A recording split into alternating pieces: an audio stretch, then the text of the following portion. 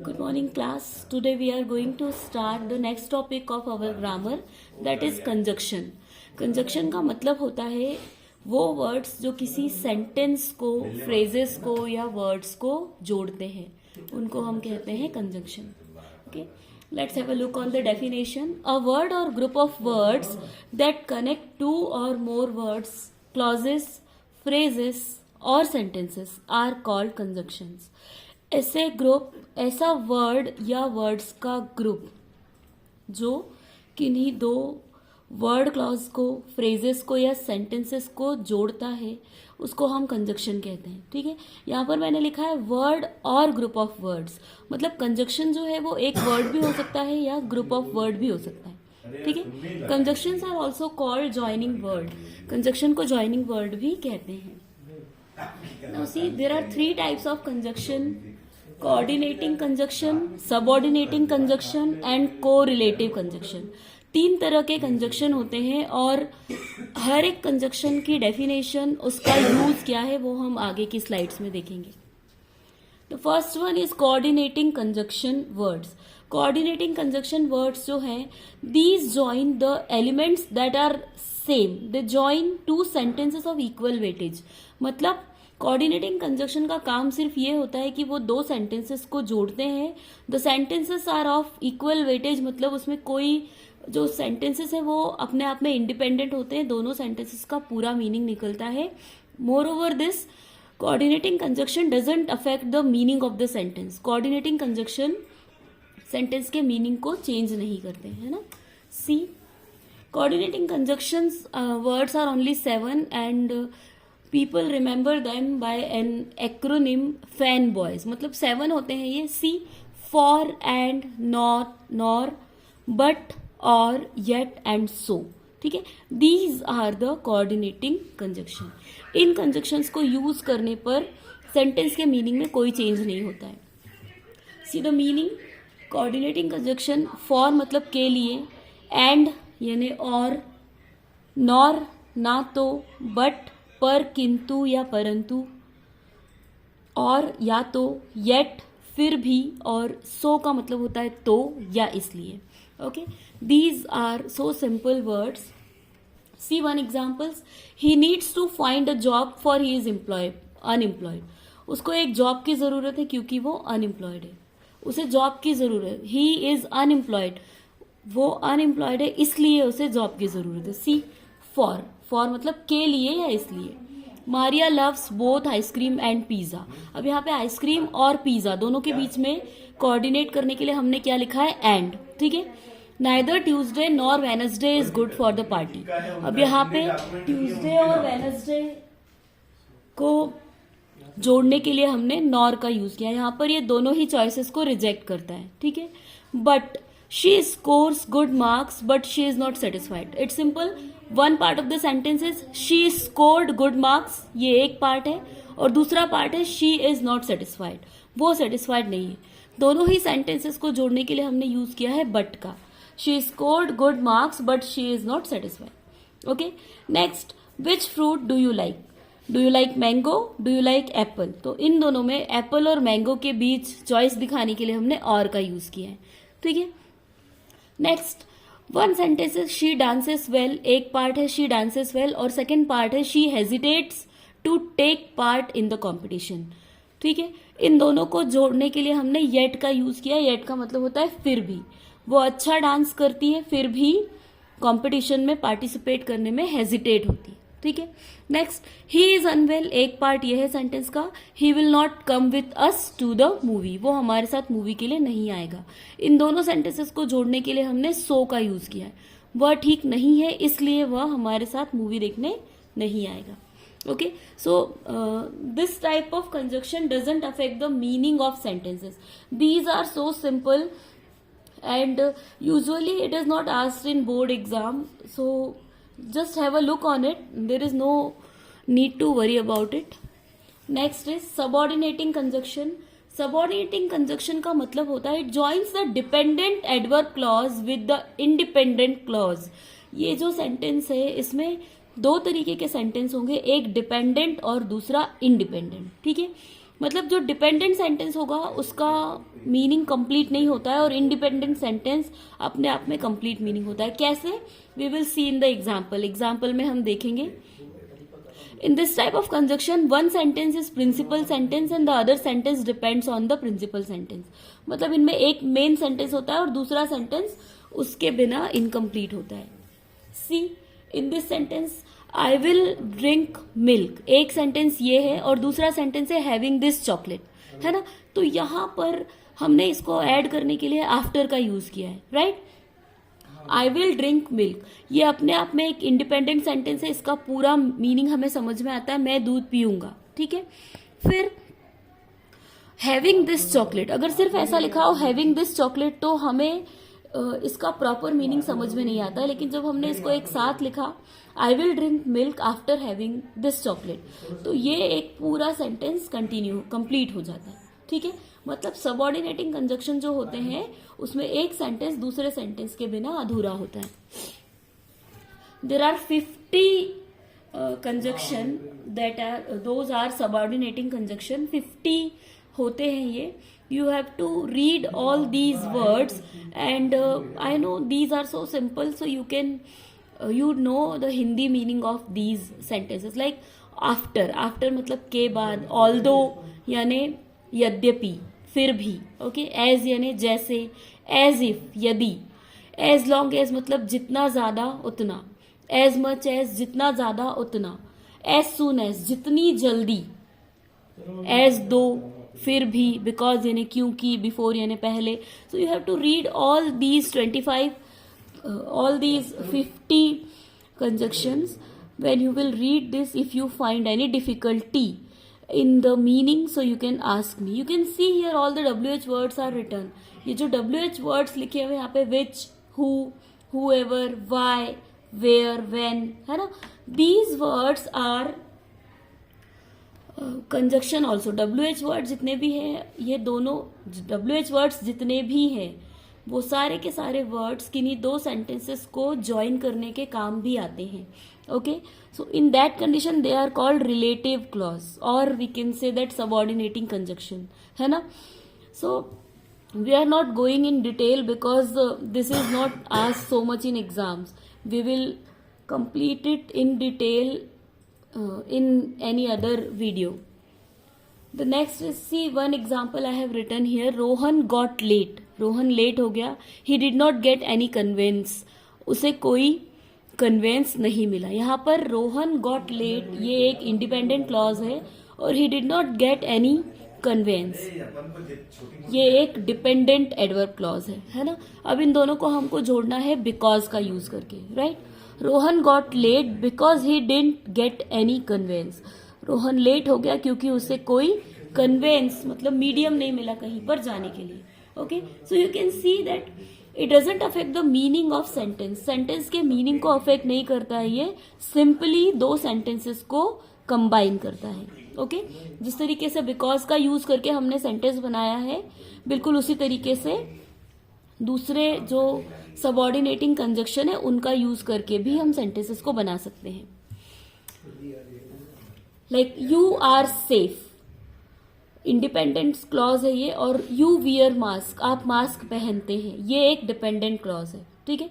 तो यहां हमने इसको एज लॉन्ग एज का यूज करके ऐड किया है. You are safe as long as you wear mask, जब तक आप मास्क पहनते हैं आप सेफ हैं, ठीक है.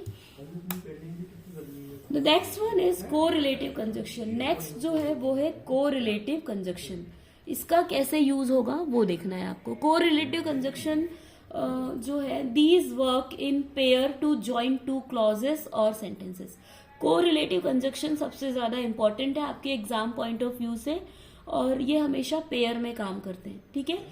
जो कोरिलेटिव कंजक्शन है उसमें दो वर्ड्स होते हैं, बीच में एक ब्लैंक स्पेस गिवन होता है, उसमें आपको कोई पर्टिकुलर वर्ड को फिल करना होता है. See these are the examples of correlative conjunction. Correlative conjunction ये होते हैं सामने. These are the conjunction asked in exam. यही वो कंजक्शंस हैं जो एग्जाम में पूछे जाते हैं, ठीक है. लाइक बोथ एंड, आइदर और, neither nor, not only but also, so that, such that, rather than, as, no sooner than, or if not unless. Okay, now in next slides we will solve one example, 1-2 example of these conjunctions, so it will be easy for you to solve the problem. See, both and, boथ का मतलब होता है दोनों और and का मतलब होता है और. देखिए एक सेंटेंस दिया हुआ है, he is honest, he is hardworking. किसी एक पर्सन की दो क्वालिटीज बताई गई है यहाँ पर, इसको आपको बोथ और एंड से ज्वाइन करना है. ठीक है, सो यहाँ पर देखिए ही इज बोथ, और ये जो ब्लैंक स्पेस है यहाँ पर लिखा है, खाली स्पेस जो है वहां पर हमने एग्जैक्ट लिख दिया है. He is both honest and hard working, मतलब वो दोनों है, ईमानदार और मेहनती. ठीक है, next is Rohan is a teacher, Nisha is a teacher. You can C in the first example यहाँ पर आप देखिए ऑब्जेक्ट अलग अलग था, है ना, और सेकेंड एग्जाम्पल जो है इसमें सब्जेक्ट अलग अलग है. In first sentence we are talking about Rohan and in second sentence we are talking about Nisha. See, both Rohan and Nisha are teacher. So through these examples you can understand कि जो खाली स्पेस दी हुई है, ये जो खाली स्पेस दी हुई है उसमें आपको वो पर्टिकुलर वर्ड लिखना है जो डिफरेंट है. ठीक है, सी यहाँ पर देखिए ऑनेस्ट और हार्ड वर्किंग, तो बोथ के बाद आपने ऑनेस्ट लिख दिया और लास्ट में आपने हार्ड वर्किंग लिख दिया. इन द सेम वे ये वाला एग्जाम्पल देखिए, इज अ टीचर, ये दोनों ही में कॉमन है, लेकिन रोहन और निशा अलग है, तो बोथ के बाद रोहन देन एंड के बाद निशा लिख कर आपको ये सेंटेंस बनाना है. Here we are talking about both Rohan and Nisha, that's why we have change the helping verb also. Okay, यहाँ पर हम एक पर्सन के बारे में बात कर रहे थे तो हेल्पिंग वर्ब चेंज नहीं की थी हमने, but here in the second sentence we are talking about two people, Rohan and Nisha, तो ऑटोमेटिकली सब्जेक्ट वर्ब एग्रीमेंट के अकॉर्डिंग आपकी जो हेल्पिंग वर्ब है वो भी चेंज हो जाएगी. Okay, so you need to be very careful while joining the sentences, right? If you face any kind of difficulty in any sentence, so you can ask in comment section of the video. Next is either or. Either or जो है वो choice show करता है. See first sentence, Priya likes mango. In the other sentence, Priya likes oranges. दोनों ही sentences में we are talking about प्रिया के बारे में बात कर रहे हैं हम. अब देखिए ये जो फर्स्ट दोनों सेंटेंस है, here we are talking about the choices given between object. देखिए यहाँ पर प्रिया लाइक्स, वर्ब और सब्जेक्ट सेम है, यहाँ पर ऑब्जेक्ट डिफरेंट है. ठीक है, तो यहाँ आइदर के बाद जो ब्लैंक स्पेस है इसमें एक चॉइस लिखेंगे और दूसरी जो चॉइस है वो और के बाद लिख देंगे आप. सी, प्रिया लाइक्स आइदर मैंगो. सी, आइदर के बाद जो ब्लैंक स्पेस है उसमें एक चॉइस लिख दी हमने और के बाद दूसरी choice, Priya likes either mango और ऑरेंजेस. ठीक है, you can see here the choices may be between object, between verb and between subjects too. ठीक है, जो चॉइस है वो किसी के भी बीच में हो सकती है, बस आपको ये ध्यान रखना है कि एक चॉइस आइदर के बाद ये जो ब्लैंक स्पेस गिवन है वहां लिखना है और दूसरी चॉइस को लास्ट में लिखना है. See, in the second sentence, she is drawing a poster. Second is she is writing a poem. यहां पर देखिए you can see here subject and helping verb is same. Drawing a poster और writing a poem, these are different. Okay, there is a choice between verb और object के बीच में choice है. So we are writing here she is, subject common है वो लिख दिया हमने, देन आइदर और इसकी जो एक चॉइस है लाइक ड्रॉइंग अ पोस्टर, एक चॉइस हमने आइदर के बाद लिख दी है और दूसरी चॉइस को हमने और के बाद लिखा है. She is either writing a poster और writing a poem. She is either drawing a poster और writing a poem. You can see both the verbs are included, दोनों ही वर्ब्स को हमने यहाँ पर इंक्लूड किया है. Clear? The third one is Sachin is captain of the team, Mohit is captain of the team. इस सेंटेंस में देखिए there is a choice between subject के बीच में चॉइस है. So very first we will write either. आपकी जो फर्स्ट चॉइस है सचिन, वो हमने यहाँ पर आइदर के बाद लिख दी और सेकेंड चॉइस और के बाद either Sachin or Mohit is captain of the team. अब यहाँ पर देखिए we are talking about two people, either Sachin or Mohit. पर यहाँ पे दोनों के बारे में एक साथ में बात नहीं हो रही, या तो सचिन या मोहित, इसीलिए हमने यहाँ पे हेल्पिंग वर्ब यूज की है is. Okay, so you have to pay attention on this also. Either और नाइदर नॉर के केस में हेल्पिंग वर्ब हमेशा सिंगुलर की यूज होगी. क्लियर? एंड अगर लिखा है तो हेल्पिंग वर्ब प्लूरल की यूज होगी, लेकिन अगर आइदर और नाइदर नॉर लिखा है तो हेल्पिंग वर्ब सिंगुलर की यूज होगी. This will be taught in class while teaching subject verb agreement. जब सब्जेक्ट वर्ब एग्रीमेंट हमने पढ़ा था क्लास में, तब हमने ये चीज क्लियर की थी. If you have any difficulty, so video will be uploaded, you can read it later also. The next one is neither nor. Neither nor, as you can see, the words are negative, है ना? So it shows both choices to be rejected. दोनों ही choices को reject करने के लिए ये दिखाता है. The sentences given in this will be always negative. Neither nor से add करने के लिए अगर आपको sentences दिए जाएंगे तो वो हमेशा negative sentence होंगे. While joining the sentences using neither nor, you have to remove the negative words from the sentence. जब आप इस सेंटेंस को ज्वाइन करेंगे नाइदर नॉर से, तो आपको क्या करना पड़ेगा, उसमें जो नेगेटिव वर्ड है उसको रिमूव करना पड़ेगा, ताकि बिकॉज नाइदर नॉर अपने आप में ही नेगेटिव वर्ड है. See the example, they don't read story book, they don't read course book. वो स्टोरी बुक नहीं पढ़ते हैं, वो कोर्स बुक नहीं पढ़ते हैं. when we are joining the sentences using neither nor, बिल्कुल सेम जैसे हमने आइदर के बाद एक चॉइस लिखी थी और दूसरी चॉइस को और के बाद लिखा था, बिल्कुल वैसे ही यहाँ पर भी होगा. सब्जेक्ट दे, यहाँ पर भी देखिए चॉइस है ऑब्जेक्ट के बीच में, है ना, स्टोरी बुक और कोर्स बुक. तो दे लिखा, उसके बाद नाइदर, नाइदर के बाद first choice read story book, then either read story book, फिर नॉर लिखने के बाद जो आपकी सेकेंड चॉइस है वो लिख देंगे. दे neither read story book nor course book. okay, read is repeated, इसीलिए हमको इसमें एक ही बार लिखना है. is that clear? while joining a negative sentence using neither nor, you have to remove the negative words. देखिए आप यहाँ पे सेंटेंस, जो क्वेश्चन का सेंटेंस है इसमें डोंट लिखा हुआ है, लेकिन जो आंसर का सेंटेंस है उसमें हमने डोंट नहीं लिखा है. ओके, नाइदर नॉर जो है वो ऑटोमेटिकली नेगेटिव मीनिंग शो करते हैं. इस सेंटेंस का मीनिंग क्या होगा, ना तो वो स्टोरी बुक पढ़ते हैं ना कोर्स बुक पढ़ते हैं. क्लियर?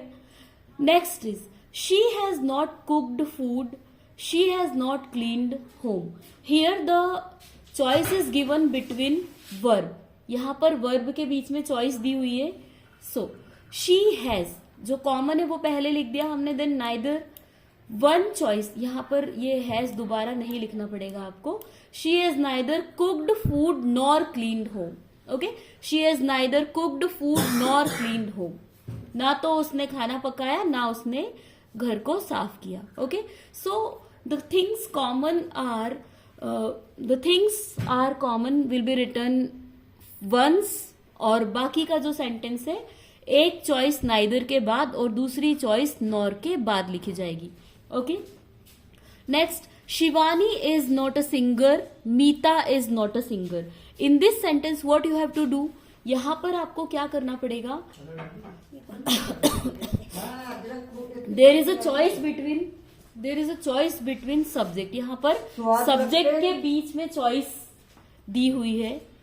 सबसे पहले आप लिखेंगे नाइदर, उसके बाद जो ब्लैंक स्पेस गिवन है उसमें आपको लिखना है first choice neither Shivani, second word जो है नॉर वो लिखा, और दूसरा ऑप्शन नॉर के बाद neither Shivani nor Meeta is a singer.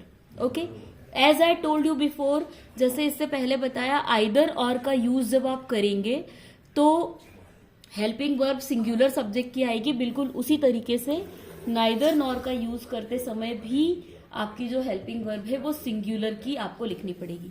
Okay, the next one is not only but also. Next है not only but also. Jiya works in office, Jiya works in a school.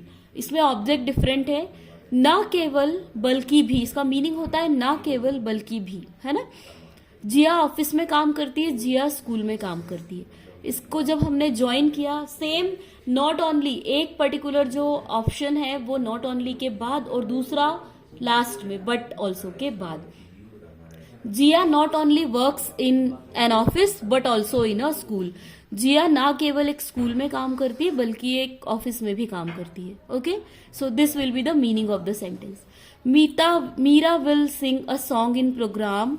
Meera will dance in a programme. यहां पर देखिए verb different है तो बिल्कुल same. Meera will ये common है, एक बार लिख दिया हमने. नॉट ओनली के बाद first verb sing a song, but also के बाद दूसरी verb dance in programme. Meera will not only sing a song but also dance in programme. Meera केवल गाना ही नहीं गाएगी बल्कि प्रोग्राम में डांस भी करेगी. ओके, तो नॉट ओनली बट ऑल्सो का meaning I think you must have understood now. Next is mister Verma is CEO of this company. Mister Verma is HR manager of this company. यहां पर देखिए आप, सब्जेक्ट डिफरेंट है. So mister Verma is not only the CEO. You know that after helping verb we have to use not. तो आप तीनों sentence में देख सकते हो. ठीक है, नॉट का यूज हमने हेल्पिंग वर्ब के बाद किया है. ठीक है, mister Verma is not only the CEO, एक चॉइस लिख दी, फिर बट ऑल्सो के बाद दूसरी choice HR manager of this company. Okay, is that clear to you? Solve the examples that I will send you in group, then comment in comment section. Next, so that and such that. So that मतलब इतना की, है ना. such that और so that का meaning same होता है. He dances very beautifully. He is selected in an audition of national level competition. ठीक है, दो सेंटेंसेस है. यहां पर आपको ये ध्यान रखने की जरूरत है, ये जो वेरी लिखा हुआ है, वेरी वर्ड की प्लेस पर आप लिखेंगे सो, उसके बाद जो एडजेक्टिव दिया है ब्लैंक स्पेस में वो लिखेंगे.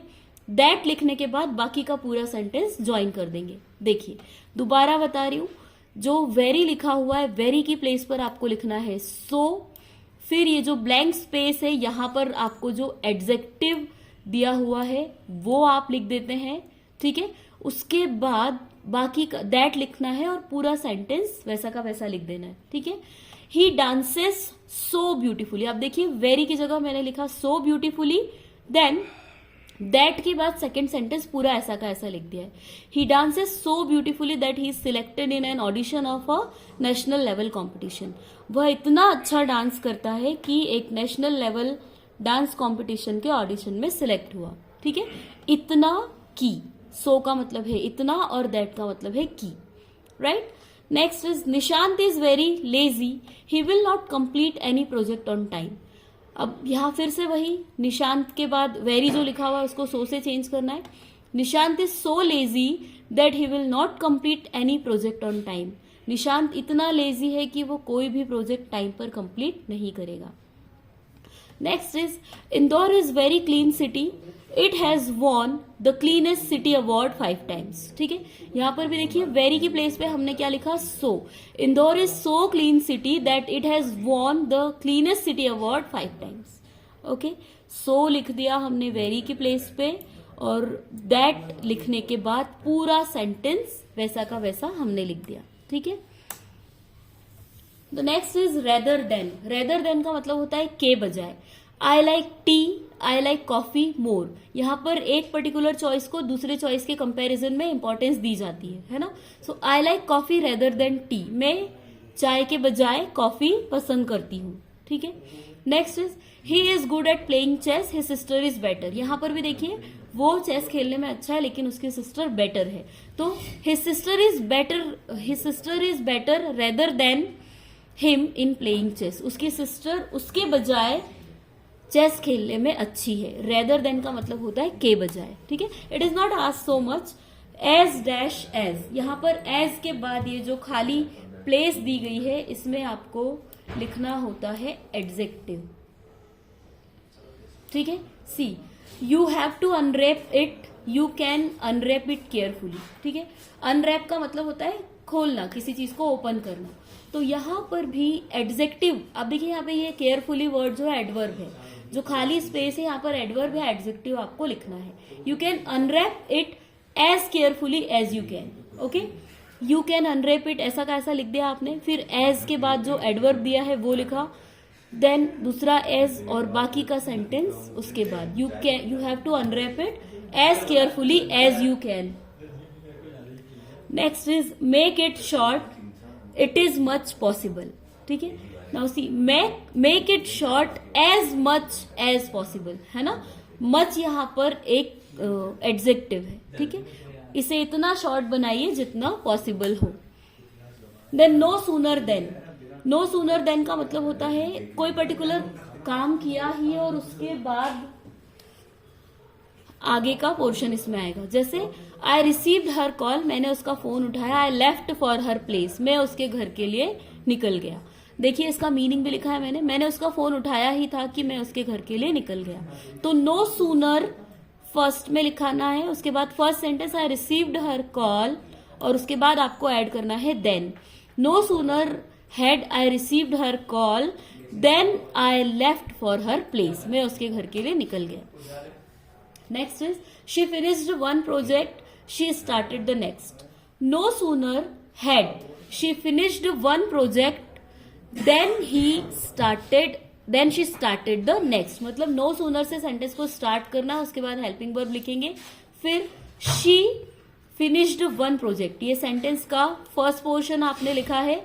उसके बाद then she started the next. Okay. It is not used so much. It is also a rare sentence.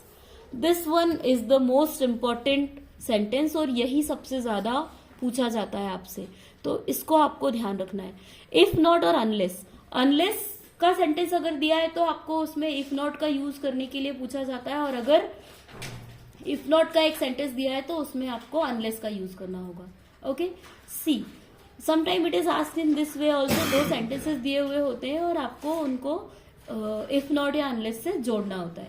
First sentence है you don't take medicine you will not feel good. आप दवा नहीं लेते हैं आप अच्छा फील नहीं करेंगे. ठीक है. इसको आपको इफ नॉट से जोड़ना है. If you don't. अब यहाँ पे because it's a present indefinite जैसा लिखा है वैसा का वैसा लिख देंगे. If you don't take medicine आगे अगला सेंटेंस जोड़ देंगे you will not feel good. आप अच्छा महसूस नहीं करेंगे. Okay. Meaning of the sentence should not be changed. Next है you run fast you can catch the bus. इसको आपको अनलेस से जोड़ना है. अनलेस का मतलब होता है यदि नहीं. ठीक है.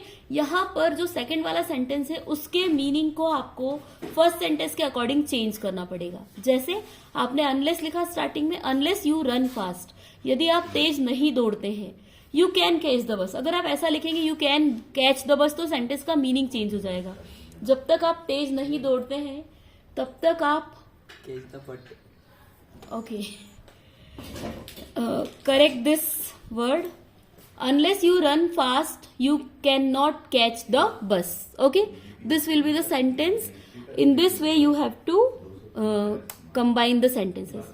So, thank you for this video. You have to watch the video carefully and try to make the sentences as carefully as you can. Practice जितना ज़्यादा आप practice करेंगे उतना ज़्यादा आप डिफिकल्टी आपको कम होगी.